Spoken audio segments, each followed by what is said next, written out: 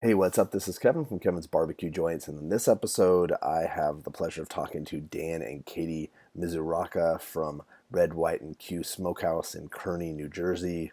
This one's, I really think that you're going to enjoy this, not only because the two of them have a great rapport, you can tell they're in love, they're finishing each other's sentences, all the cliches, but it's true. You'll see it and you'll hear it, and it's great to just talk to them about their business and how passionate they are about their business. But what's really great is that they didn't come from that background. Dan was in the Marines. He went to work for Journey Shoes. Katie as well. Did a little bit of restaurant background. Her mom, and she touches upon her parents. Her mom worked in the restaurant business. She worked at Journey's as well, and they met in New York. And we talk about that meeting, and then what they've learned at Journeys, which actually helped them with their career and expanding their career, and then how they got into smoking, how she got him these small smokers, and he cooked, and the really funny stories, but it showed his passion, and his passion is similar to a lot of the people's passions that listen to this, and other people that might be interested in starting a barbecue career. You're gonna love this because they talk about starting the restaurant, starting from not knowing anything and progressing to the point of expansion and the pitfalls about expanding too quickly, and they're dead honest about what happened and now how they're back to having the one restaurant in Kearney. And I think that this will be a great lesson for a lot of restaurateurs, the things to look out for, the things to get excited about and to build upon.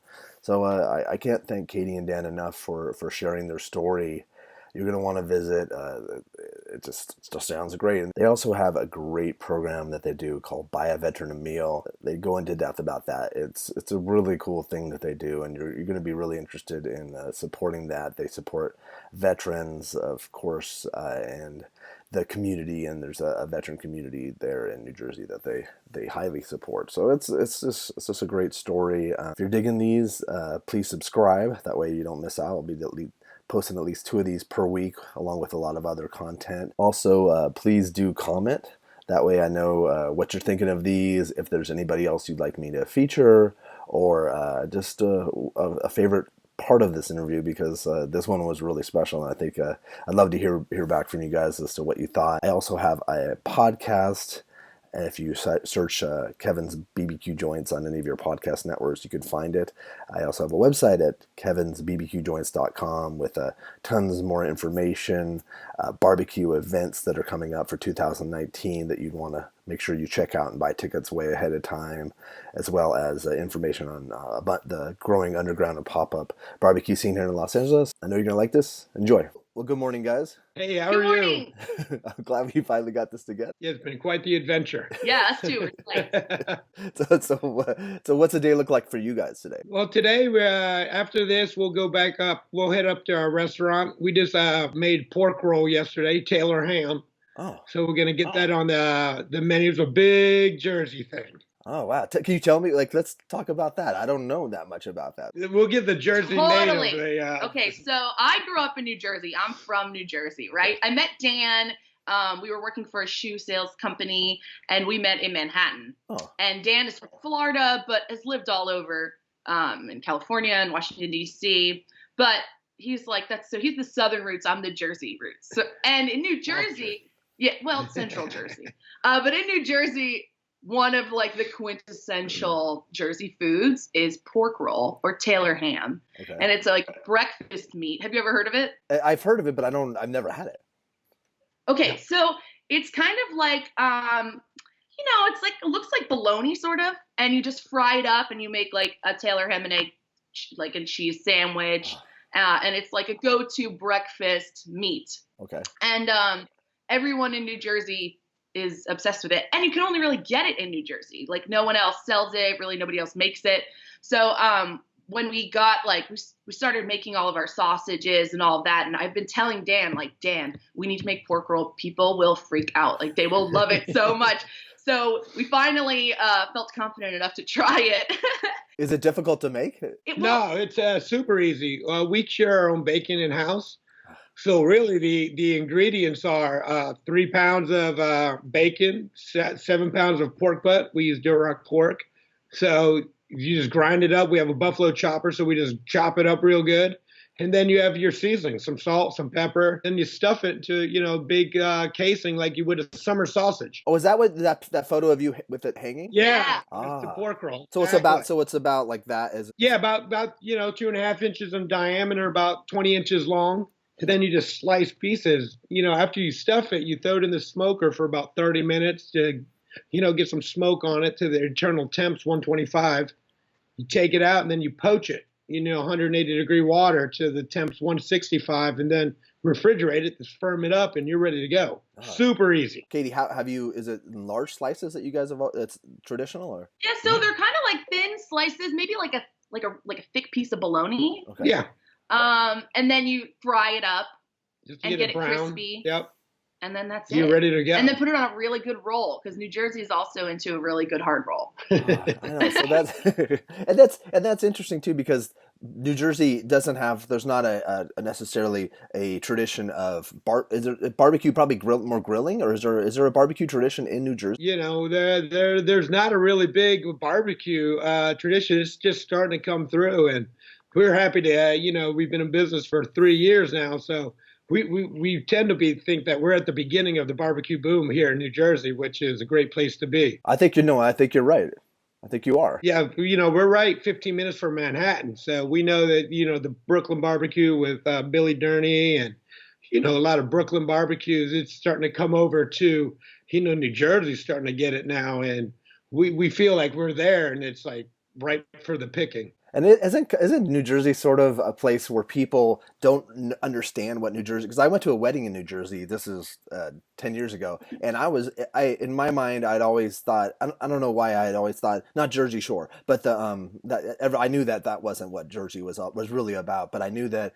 I didn't realize how. I'm sure there is like a slice of that, but it does exist. But it's I went to it was in the woods, almost like it was definitely there's tree. It was gorgeous. It was one of the most beautiful places I've ever been, but it wasn't what I had assumed New Jersey was all about. And also now I'm sure it's a place where a lot of people want to move and live, because I'm sure Manhattan has outgrown itself. Well, it's funny, in New Jersey, it is called the Garden State, right? For a exactly. reason. That's why. Agriculture is really, really big in New Jersey. There's lots of fresh produce. So that's like a big part of New Jersey culture. But New Jersey is kind of divided in some ways, where North Jersey is very different than South Jersey, which is very different than the Jersey Shore. And where we're at in North Jersey is very populated. It's very densely populated. Okay. Like Dan was saying, right outside Manhattan. We're right outside of Manhattan in Hudson County. And Hudson County is actually where the Statue of Liberty is, which is a good fun fact. Oh, that's a great fun fact. It's actually in Jersey New Jersey City. address. So, oh, that's so funny. So where we are in Kearney, at the very top of the hill, if you look down the hill, you can see the New York City skyline. So it's really that close. I mean, you can see downtown Manhattan. Okay. So that culture of New York is really embedded into, where we are. And one of the best things about where we are that people don't really think about is the people of New Jersey, and definitely the people of North Jersey. It's people that work really hard jobs, hard labor, that want to come in for lunch, and they appreciate a really good brisket sandwich. They are about us for that reason. There is barbecue in New Jersey, but it's a lot of Portuguese barbecue, which is maybe what you're talking about with grilling. Mm-hmm. Grilling, fast cooking ribs, chickens, like big time in the Portuguese barbecue. Yeah. Which is very different, than traditional Southern barbecue. And that's so that you guys fit like it's a perfect niche, and it's also the day-to-day clientele that you guys have. I'm sure that's, like you said, they really, really appreciate it. And that's a customer you want. And that's a customer you probably want to feed. Oh, yeah. Totally. They totally appreciate quality meat. We start with the best meat we can get our hands on. They're not afraid to pay for good food. Mm-hmm. It's a real big thing. It's like, they'll pay for, quality food. And lunch is important because it's nourishment. It's like, because they're going back. Yeah. They're going back. I mean, you have where we are, and even like on our street, we're in a residential street. So we share a wall with a house. With a house. I didn't know that. So yeah, it's a tiny upstairs is what, Yeah, 540 square feet. You know, it's a tiny place. We got 2 communal tables. Sit about 23 in there, and it's just smoky. It's hot, and it's an open kitchen, so you see everything that's going on. You're literally 5 feet from the customers at all times. Yeah, and which is awesome. It's unexpected to have a barbecue restaurant in New Jersey.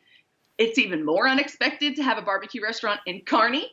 And then it's even more unexpected to have a barbecue restaurant in the location we're at in Kearney. So it does add a lot to like our story, and it adds a lot to like the authenticity of what we're doing. For sure. You know? Well, what's your guys' backgrounds? I want to hear. Like I know a little bit, but I didn't. Yeah. Okay. Well, I grew up in New Jersey. Yeah. And I've really never been into cooking, you know, growing up, or it just wasn't never like a big part of my culture. But me and my family was always about having, you know, a family meal. So, I mean, I've always felt like a connection to the idea of sitting down with a group of people and, you know, connecting and enjoying each other's company over food. And that's always been a big part of who I am and how I was raised. And so for a career, I worked at Journeys for 10 years, which is a shoe store, retail shoe sales. I started out as a part-time employee and worked my way up, and I loved it. And I really loved the environment, and that company really was all about teaching you how to, like, they kind of be like, okay, this is how you do it. Go sink and swim, figure it out, you know? And at like 18, 19 years old, managing, you know, I really was able to cut my teeth and learn a lot of things really, really fast. And I never really left that company because I really learned how to run and manage and operate a business. That's smart. And and that's what I liked. You know, they allowed us to be creative in some ways and just figure out who we are as managers and who we are as people, and see how that directly impacts your sales. So it was a very sales-driven company. You know, if you went into a store and it was a failing store because they had a bad manager, and you go in there and you win, you realize how much power you have over, you know, your sales and your bottom line of the decisions you make. So even learning those lessons at 18, 19, 20 years old is a huge reason why we're able to do this. So I went to New York City and then to work at a Journey store in Manhattan. And that's when I met Dan. After Hurricane Sandy, when all of Manhattan lost power, like all of lower Manhattan lost power. And at the time, I was working in 14th Street in Union Square. And Dan was working in 34th Street. And all of the managers, was like the first day that they got power back in 34th Street. And I was, okay, let's, you know, fine. Like, you haven't worked in 4 days. Let's do it. And I went in and like worked with Dan for the day. And that was it. And we like hit it off, and we went out and got beers afterwards. And then that was it. So never left. And then they never left. You guys you've been by each other's side ever since Hurricane Sandy. No, actually, it's amazing that Hurricane Sandy brought you guys together too. Yeah, absolutely. It really did. You know, and Dan's story to get to that point is definitely a little different than mine. Sure, absolutely. You know, I started in Florida. I grew up in Florida, and we just really loved you know, barbecue, but nothing big time. We would go out to Sonny's barbecue all the time and get, you know, rib meal. All you can eat rib meals, more Dad loved. And after high school, I joined the Marine Corps right away, and that took me out of Florida, and I never went back. That took me to the West Coast for a year. I had lived in Los Angeles for a few years after I got out, and you know, the Marine Corps took me all over the world. Look, I mean, I hate to cut you off, but thank you for your service. Like, I can't thank you enough for what you've done. Absolutely. I love our country. So, you know, after I get the Marine Corps, I was in there for 4 years, get out in 96, stayed in Los Angeles another 4 years. Where in Los Angeles did you live? Oh, I lived in Montebello. I lived in East LA, lived downtown. Wow. You know, we were on a budget. the last place I lived was West Hollywood. Okay. And, yes, and after moved from West Hollywood, went to Miami, where I started to work for Journey Shoes. Okay. Working with my buddy. I worked down there for 5 years, and that brought me up to Washington, D.C., where I was a district manager for them, where I was in charge of 21 stores over 4 states. And that's really where I started to learn, like, managing, running a business, payroll affects everything, how inventory affects everything, how how to hire people, Mm-hmm. because that brings us into a big part of our story later on about the growth that we had with our company with the multiple stores. After that, I got promoted to New York City, and that's where you met Katie, um, which was life changing, obviously. Then we moved out of Manhattan to Jersey City, where I bought my very first smoke, we'll call it apparatus. It was a, What was it? it was a, what were they called? The pressure pot smoker. It was Huh. like a pressure cooker Okay. that had a little wood chip holder, and that's the only way we could cook in the apartment. So we would smoke like 5 ribs. Yeah. You have to split them up, put them in there, and it would cook them. And that's why I'm like, oh, this is pretty damn cool. Isn't it amazing how great that was back then? Yeah, that was the coolest thing ever. It was the Yeah, of coolest. course. Like we literally have parties when I invite a friend. It had like little racks, so you could put ribs on one, little piece of brisket on one, and this is you buy it flat, and you'd have to cut it up into 4 sections just to have it fit. And we lived in Jersey City for 2 years. We loved it, and then that's where we decided to buy a house, and that's where everything changed. For a housewarming gift, she bought me a smoker, a little electric smoker, 4 shelves, and that's where I just really got into the hobby. And I'm an obsessive compulsive hobbyist. Yes. Same When with I me. get into something, I just get psycho on it. It's like get on everyone, get on smokingmeat.com, get on Barbecue Brethren. I was like just found this wealth of information. So what year was this roughly, do you think? 2013, 2014? 2014 when Okay. we bought the house. Yeah. Yeah, 2014. And our house was super commutable to Manhattan. It was one bus line from door to door, like 20 minutes. And all of our Perfect. friends lived in Manhattan. So we finally bought a house. We had a big old yard. So every weekend we would, as much as we could, like throw a party. I'd cook 1 brisket. She would make all the sides. Oh yeah. And next week I'd read up on how to do pork, pork butt. And I'm like, all right, we're going to do pork next time. And then the next party and do ribs. And then it just, and all of our friends would come. We'd have a great time, 30, 40 people. And then it just escalates like, oh shit, I want to cook a pig. So yeah, how am I going to cook a pig? Got online, figured it out. Bought a La Cachina. That was the first time I cooked a pig. Wow. Yep. And then Those are great. So cinder blocks. So yeah, so Dan, because he's an obsessive compulsive hobbyist, like deep into the night on the computer, reading forums, drinking a whiskey, like getting his like Dan time in, and he's like, so he's like doing stuff in the middle of the night. What are you doing? He's like, don't worry about it. So the next morning he goes to work, and I'm like casually waking up in the morning, and I hear like this beep, beep, beep, beep in front of my house. And I'm like, what is that? Yeah, what is that? And I look out the window, there's a forklift delivering a pallet of cinder blocks to my house. What is this? So I called Dan. I'm like, why are there cinder blocks outside of the house? He's like, oh shit, I thought I tried to cancel that. And I'm like, okay. So we have lovingly dubbed that now the barbecue castle in the backyard. Yeah, I made a big cinder block pit because that cinder block pit was life-changing also, because I bought the cinder blocks, so I was going to make a big pit to cook pigs on, over live coals, because I was having a reunion for my Marine Corps buddies for like 20 years. I got out in 96, so I haven't seen most of these guys since 96, so look, 25 years.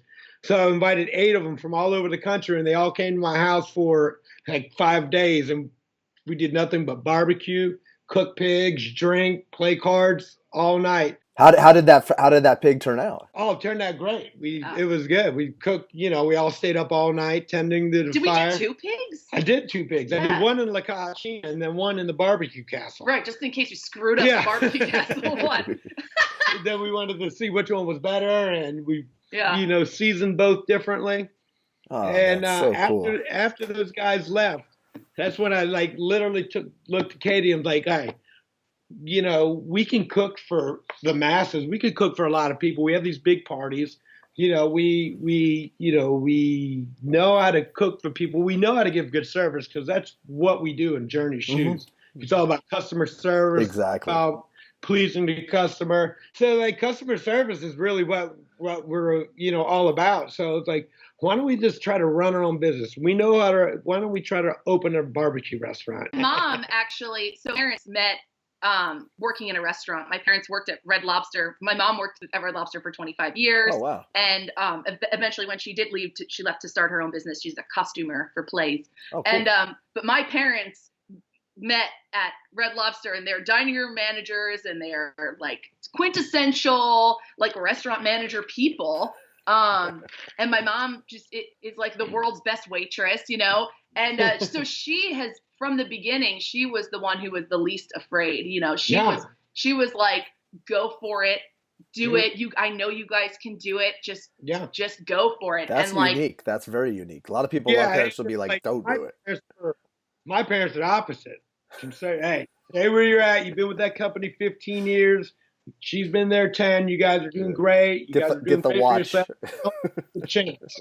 Her mom's like, do it. You guys can run a business easy. Yeah, exactly. And I've never worked in a restaurant. She worked in a restaurant for 16. Like my first job. I waited tables at a German restaurant. I had to wear a dirndl, but not like a cute one, like a granny one. Oh, that's like sad. A dirndl.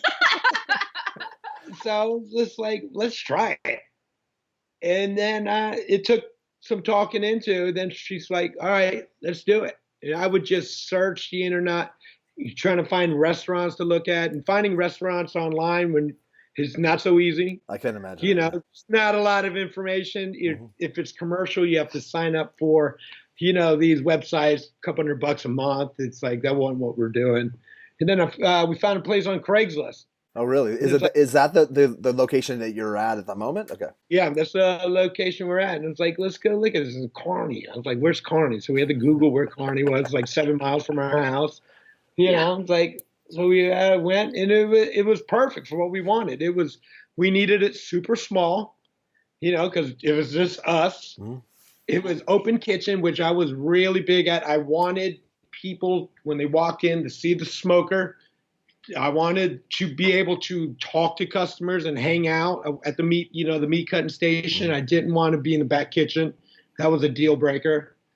And it was super cheap, and that's where we're at, because it was all, when we found the place and we decided, just like, we'll give our jobs a 3-month notice in case we fail, and we can always go back. Yeah. I had to have an out, because we just didn't know. It was totally cash in our 401k, cashed in her 401k, and we had a super small budget.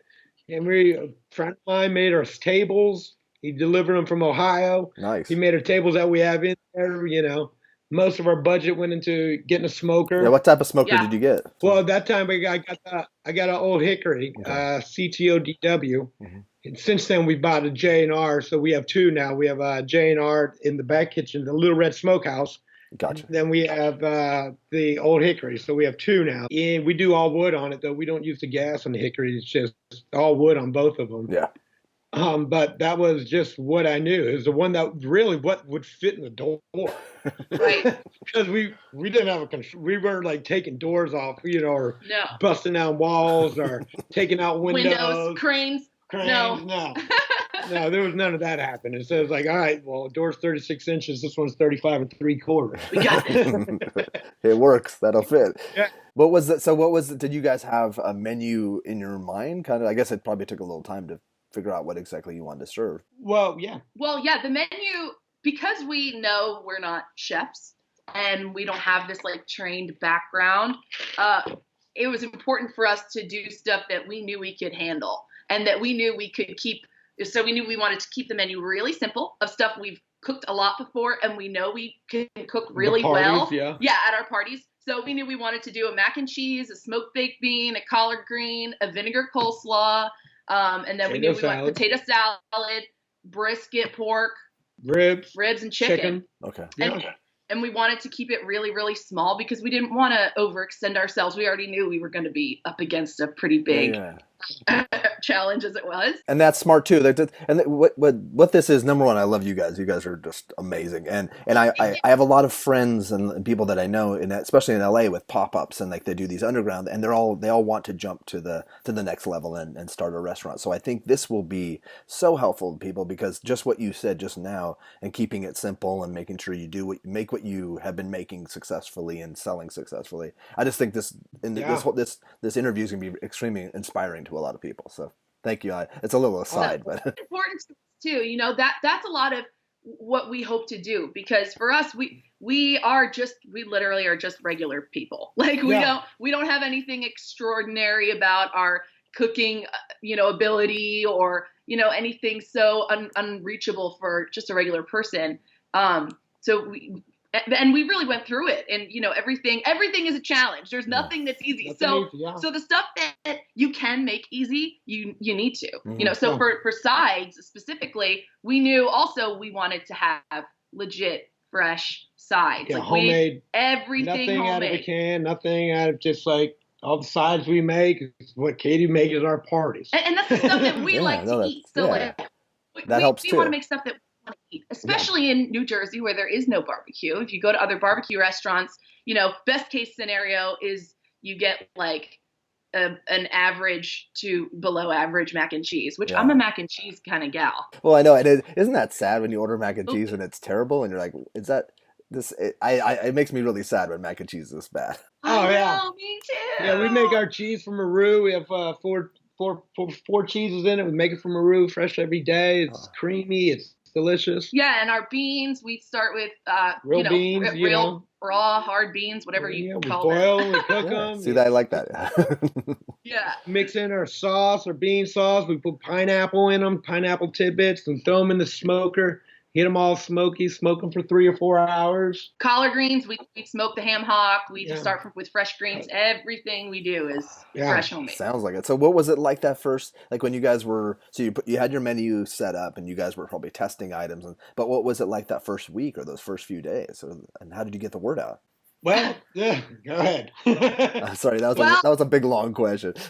Yeah, no. I mean, well, when we first started, we had one of Dan's Marine Corps buddies that started with us, who did have kitchen experience, and so he really helped us a lot to kind of make a recipe or understand what that means. Like I said, we really had no idea, but so we were able to rely on him to physically cook the things. And I actually show us how to make a recipe from a backyard to how to make a big batch of something.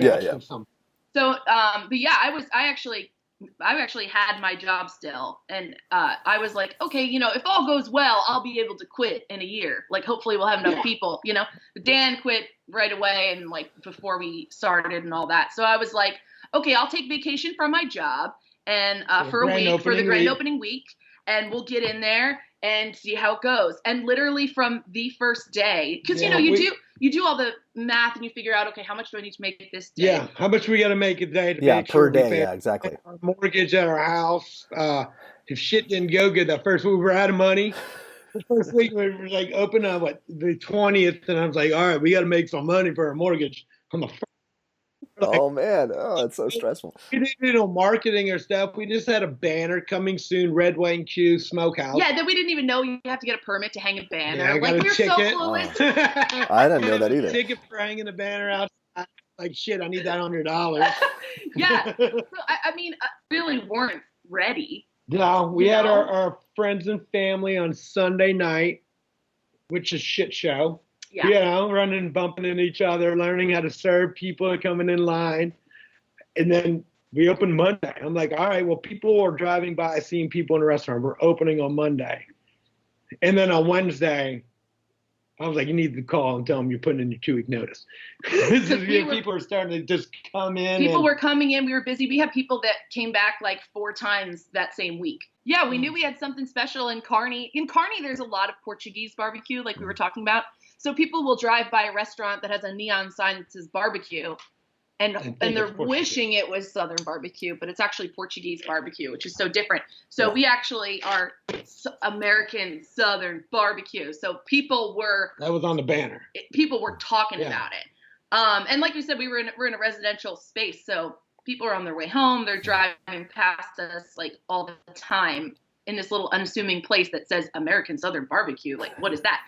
So it was busy right off the jump, and we were not ready. And that's okay. Yeah. You know, and a lot of times people kind of over prepare and think that they're gonna be like, you're never really gonna be actually ready. Like, Yeah.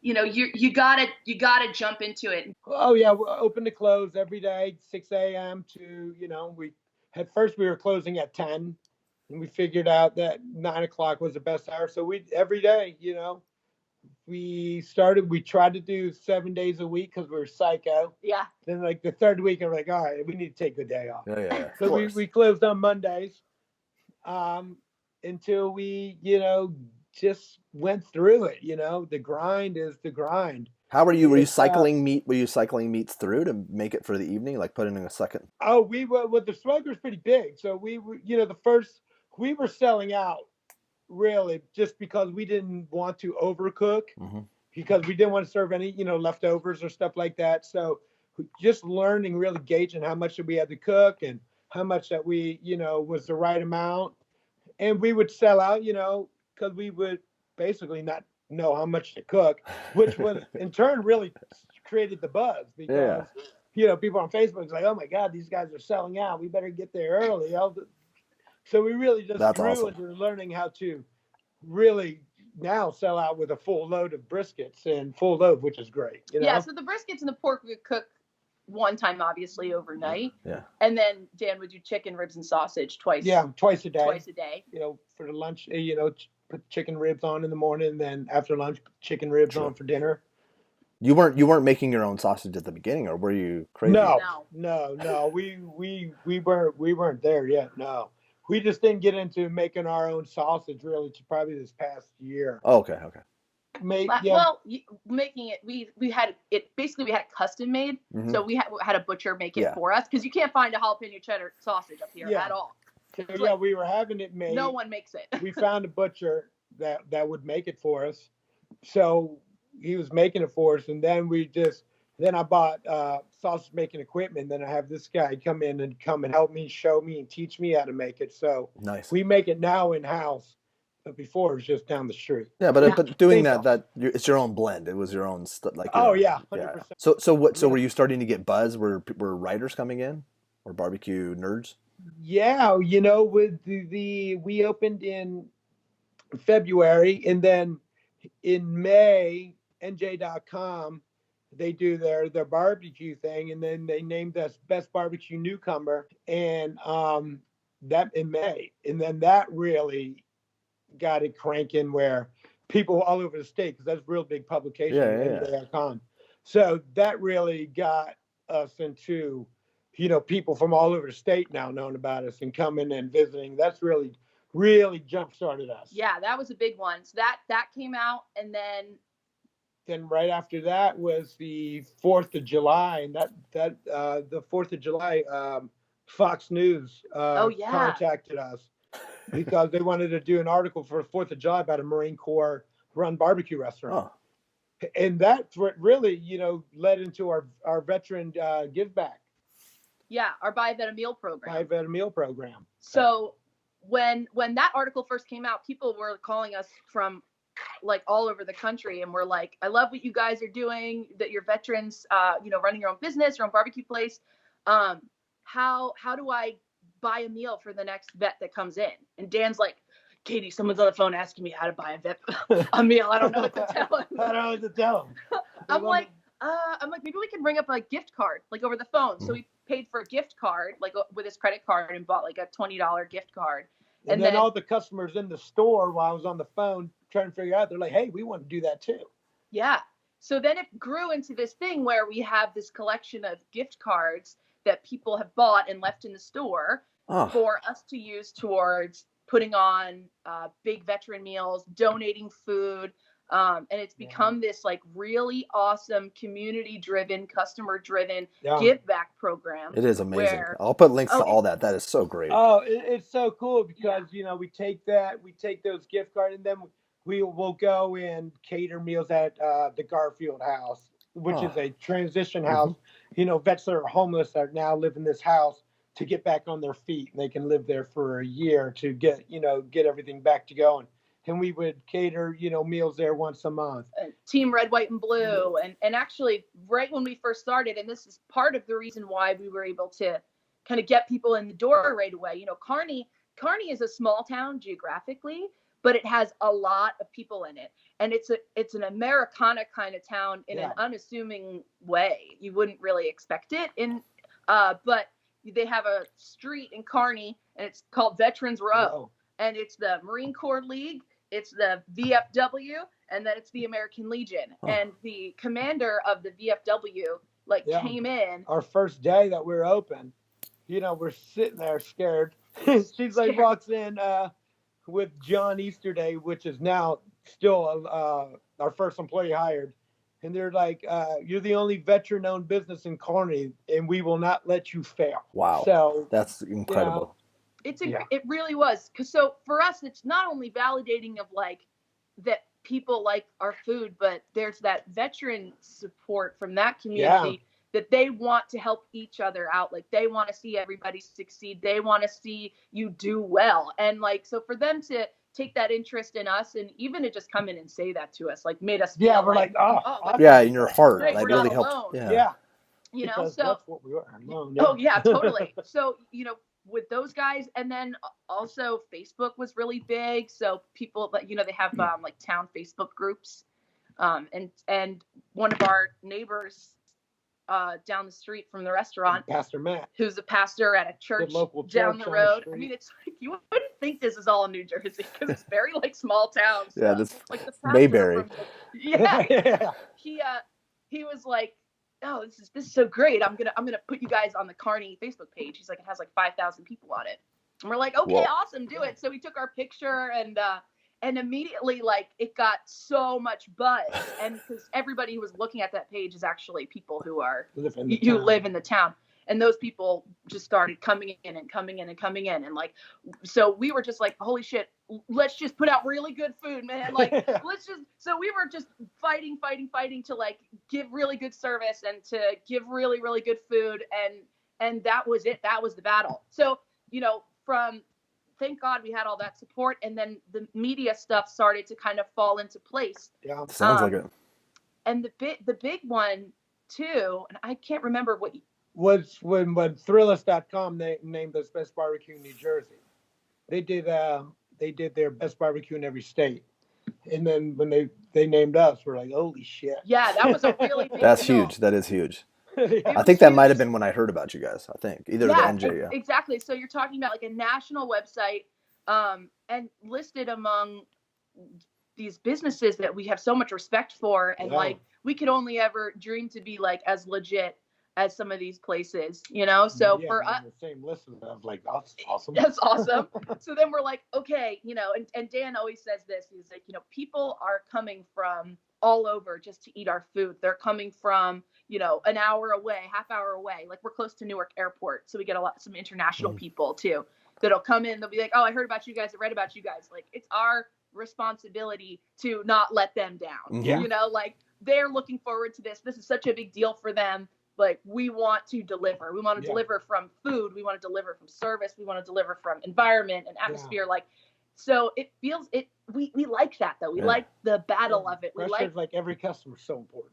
Yeah, that's so great. So it's if you just have that mentality, then if you can fight through anything, then you're going to be a good small business owner. Awesome. So do you want to talk a little bit about the expansion at all? That's part of your story, right? Absolutely. I think that'd be good to talk about because we learned a lot of lessons in there, and we'll keep it, we'll keep it on the positive notes. But I think a lot of people need to hear about the expansion. I want to tell them my take on it and how I felt and how I feel now after. Yeah. Because it seems great. Yeah. It is great. There's so many good things. But So did someone come to you and say we want to expand, or is that how it worked? yeah, absolutely. We had a customer, come in, and he came and ate, and then the next week he called and asked me if he could have a meeting with us. They really loved our restaurant, and I'm like, yeah, sure. I was like, you want to come in Monday? I'm off on Monday. I'll be putting the meat on at 3. I didn't really know what this guy was talking about. Yeah. I'm like, I'll be here Monday. I want to be a nice guy on the phone, I'll be here Monday at 3 if you want to come meet. And then he came up and he sat down with me and Katie. And he's like, I really love what you guys are doing here. I really, he loves what you've created. He's like, would you like to open a lot of these? Yeah. So I'm like, yeah. So Man, for us, sure. we're like, yeah. Yeah, of course, yeah. Let's do it, dude. Yeah, why not? Let's do it. Especially I'm like, we have no money, right? yeah. But at this point, that was in what month was that? May. So we had only been open. We just got married. Yeah, literally. Okay. Side note: we opened the restaurant in February. We got married in May, and which if any ladies out there planning a wedding, maybe try not to open a business 3 months before. No, for sure. Or do it, because then you'll really know if your marriage is going to last. That's true too. Yeah. Like I was writing like wedding invitations on the tables in the restaurants, and I'm like crying. I'm like, these are going to smell like smoke. Which is kind of cool. Yeah. Oh no, it's great. And we catered our own wedding. Yeah, catered our own wedding, which was nuts. Which is like 100. What do we have? 150 people. Yeah. That's amazing. That was the first time we ever catered something that size. Yeah, that was nuts. Yeah, your own wedding. Yeah, at least you weren't nervous. Oh God, I was getting yelled at because I was more concerned about the food than the wedding. I'm like, Dan, we need to talk to our guests. He's like, I need to make sure the brisket is good. Oh, that's hilarious. That is awesome. So, so he came in and, it was like, hey, do you want to open a lot of these? And we're like, yeah. I mean, you have to understand, like, our experience and all of our career has been multi-store management, generating sales. Like, we're corporate, we're in it for the corporate fight. Like, we can, we like that. We know how to hire and train people is all I did for 15 years. That's hire true. Good people, train good people, promote good people, and then move to the next store. Yeah, so we weren't afraid of that. I wasn't afraid of expansion. And, we did our smell test with the guy, do background checks, and, he's a legitimate, just business owner that just knows, he wants to, create more businesses. Mm-hmm. Yeah. And we're like, okay, let's do it. Yeah. So time goes along and we end up opening so that was May. And then our first joint venture new restaurant was in a town called Scotch Plains, on a very major highway. It's one of the busiest highways in New Jersey, Route 22. And so we opened this restaurant in Scotch Plains with him in January. Yeah. So, we started, got all the, operating agreements, all that stuff, really big deal. And it's really good. It's like we really spent the money on an attorney to really create an operating agreement that really protected us, someone that was concerned more about the divorce and more about not the honeymoon. Yeah. When you go into a partnership agreement, it's important to think about okay, this is going to end eventually when this ends. Mm-hmm. Yeah. Good, bad, or ugly. Good, bad, or could ugly. Be in 10 years, or True. could be in 5 years or 1 year. Yeah. Great when advice, you're going you have to think about how the end is going to be and how do you want the ending to turn out. And we learned a lot from that too. So, but so we opened up the one location in Scotch Plains in January. Then the second location came in May, Randolph. And it Randolph. Then we opened 3 in Central and South Jersey. South Jersey, like on the Jersey Shore. Basically at the same time. Yeah. Wow. All in summer. End of June, beginning of July. Crazy. Oh yeah, we were savages. Yeah. We were getting the store set up, getting construction, getting everything. It was nonstop. Like we staffed our Kearney store, good people, and we just went on, created a tear. We opened up 7 restaurants. Yeah. From January to the last one that we opened was December. Yeah. December of last year. Yeah. Yep. Okay. 2017. So, and at the peak of the restaurants, we had over 100 employees. 150. Yeah. And, Wow. we hired, trained, most of the managers at the time were my employees from New York City. Or, Yeah. they saw what we were doing and they believed in our vision and they left their careers to come, hey, let me teach you how to make barbecue. I know you know how to manage. Yeah. I'm going to teach you how to do this. And we would just sit and train and I would, we created operation manuals, we created recipes, and I would just train, people just to how we made Hmm. barbecue our way. And, and then train one store, get them staffed up, move on to On the to the next. next one. At first, once we, made the operating agreement, I had 8 managers come from Journeys before we opened our first store. We basically all from Journeys, just got them on board. And it's like, all right, our vision was, our partner's vision. They wanted 20 open in the first year. Wow. So we Wow. started, gathering managers, you know, getting them on board and like train them. Like, all right, we're just going to keep moving. How are those You're the stores? How first. are the stores doing? They were doing great. Yeah. Yeah, it was business was great. We were, cranking right along. That's why we continued. Oh, we wouldn't if we had the if we were stuttering or sputtering, we would stop opening. Hmm. We were trying to do it as responsible as we can, as quick as we could. If we felt like that we were having problems with the brand or having problems with the recipes or the consistencies, we were stop. We would pump the brakes. So was there a moment where something went off the rails?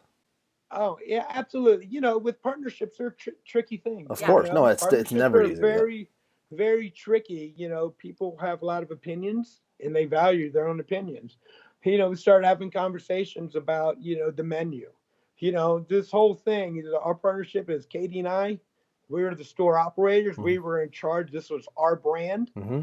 We would not, from the very beginning, would not compromise our food integrity, our customer service. That was a deal breaker. And when we started having meetings and conversations about adding stuff to the menus, adding kids menus, or just adding products where Changing things so much. Yeah. changing Yeah. things, I wasn't interested. Yeah. But they were very interested for the next part of the expansion. They wanted to do, kids menus and Tacos. and vegan options and shit like that. And I'm like, salads, probably.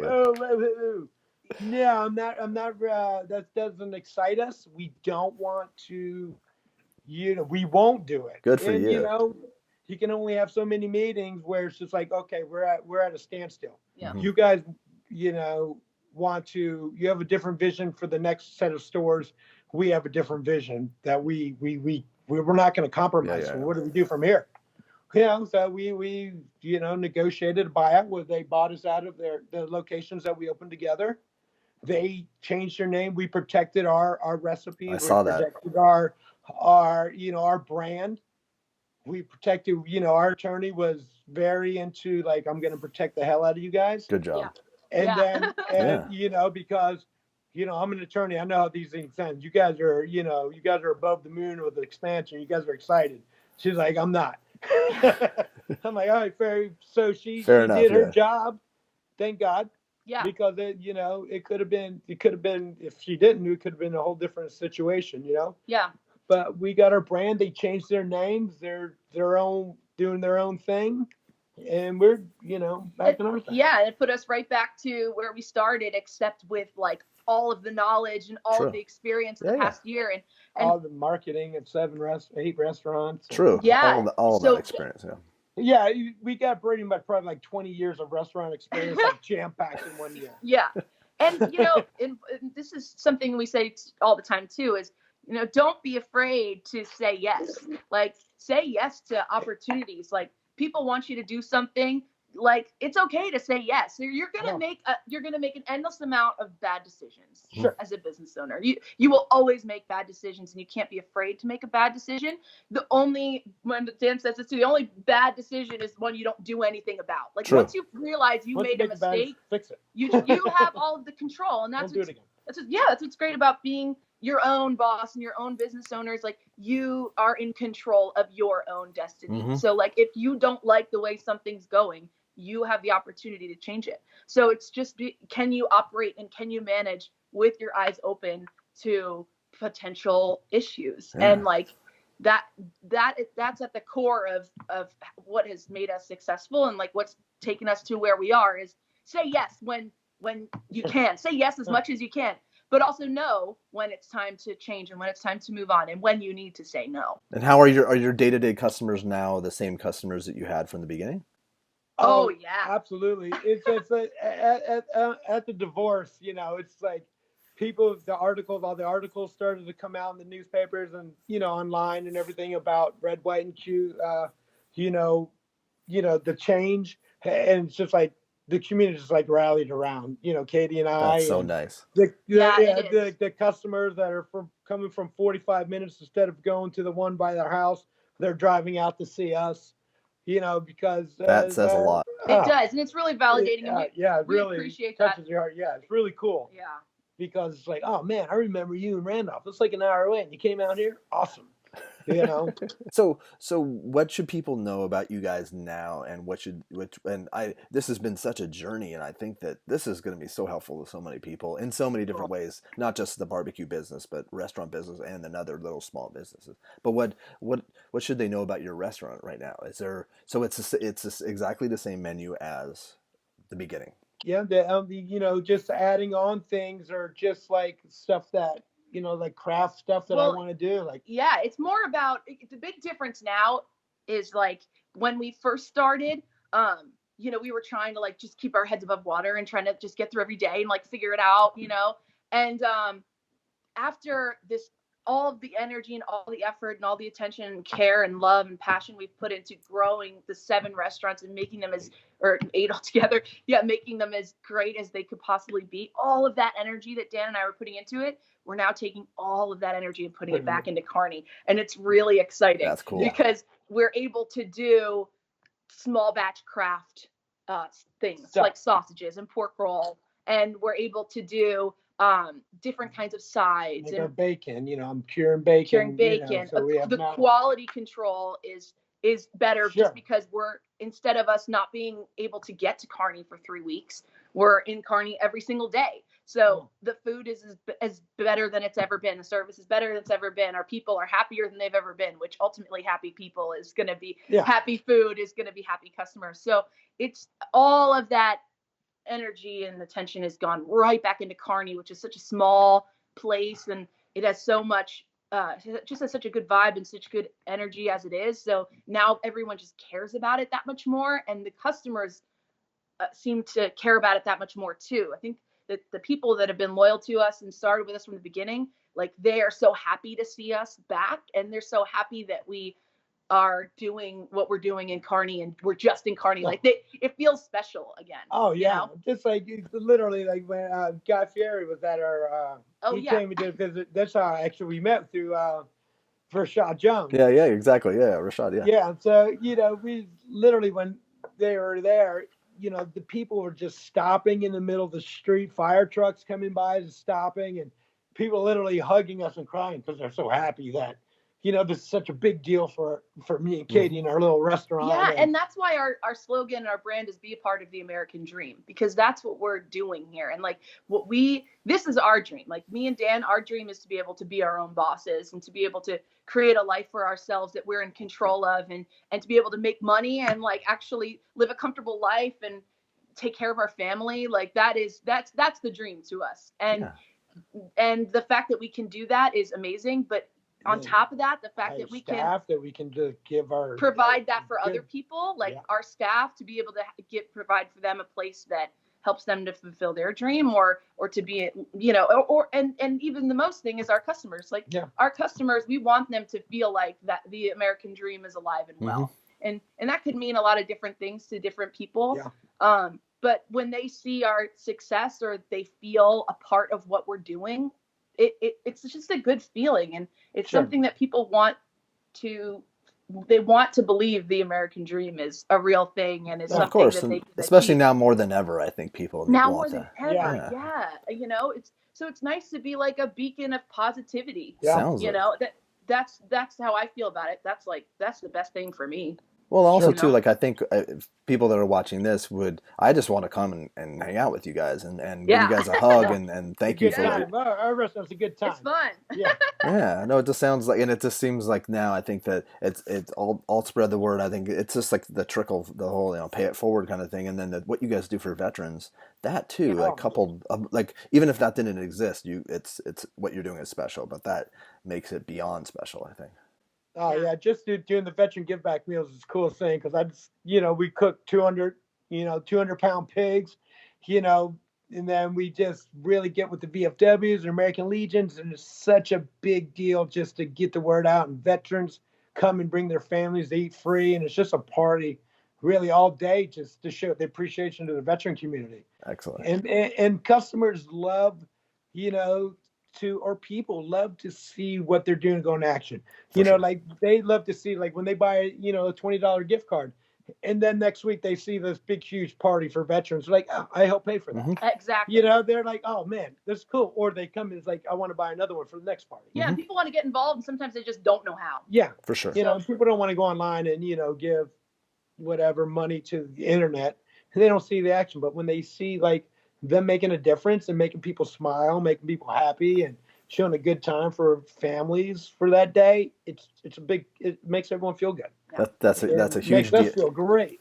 So how far away are you guys from, like, say you're flying into New York? How far away would you be from the airport if someone wanted to come straight out? Like literally 5 miles. It's 5 miles as the crow flies, but it's probably going to take you about 30 or 40 minutes to get Okay, that's fine. No, that's people drive 3 Yeah, hours. I mean, you could easily get an Uber from the airport and be at our place in under an hour. Okay. That's mostly just New York City traffic. Yeah, actually, probably faster than that. Really. Yeah, flying in Newark, you're there 15 minutes. Kearney shares the border with Newark. Okay. So if you flew into Newark, and Newark has a new airport, or did they remodel it, or?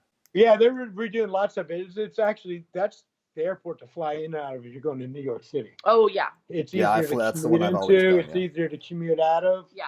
Yeah, going to JFK and stuff is a nightmare. Yeah. So if someone's watching this just for tips to go to New York, just fly to New York. You fly to Newark, New Fly Jersey. into Newark. Get an Uber. Yeah. That'd be funny. Take That's the all the PATH train right into the city. Yeah. Because that's what people are just watching the whole thing, just waiting for that little tip. Yeah. But also, like, I thank you guys so much, and you're such a wonderful couple. And it's funny too, like I could see your guys' brains working together. Like you'd be starting to talk Katie, and then Dan, you jump in. Like I don't know. It gives me some hope that maybe there's love out there again. Dude, that's awesome. Oh, thanks. Yeah. There's no better partner, for a business, than your husband or wife. Yeah. I mean, that's for us. There's no way we have no other partner. Yeah, Like, that's it. We've had our partners, and we're fine with just being each other's partners.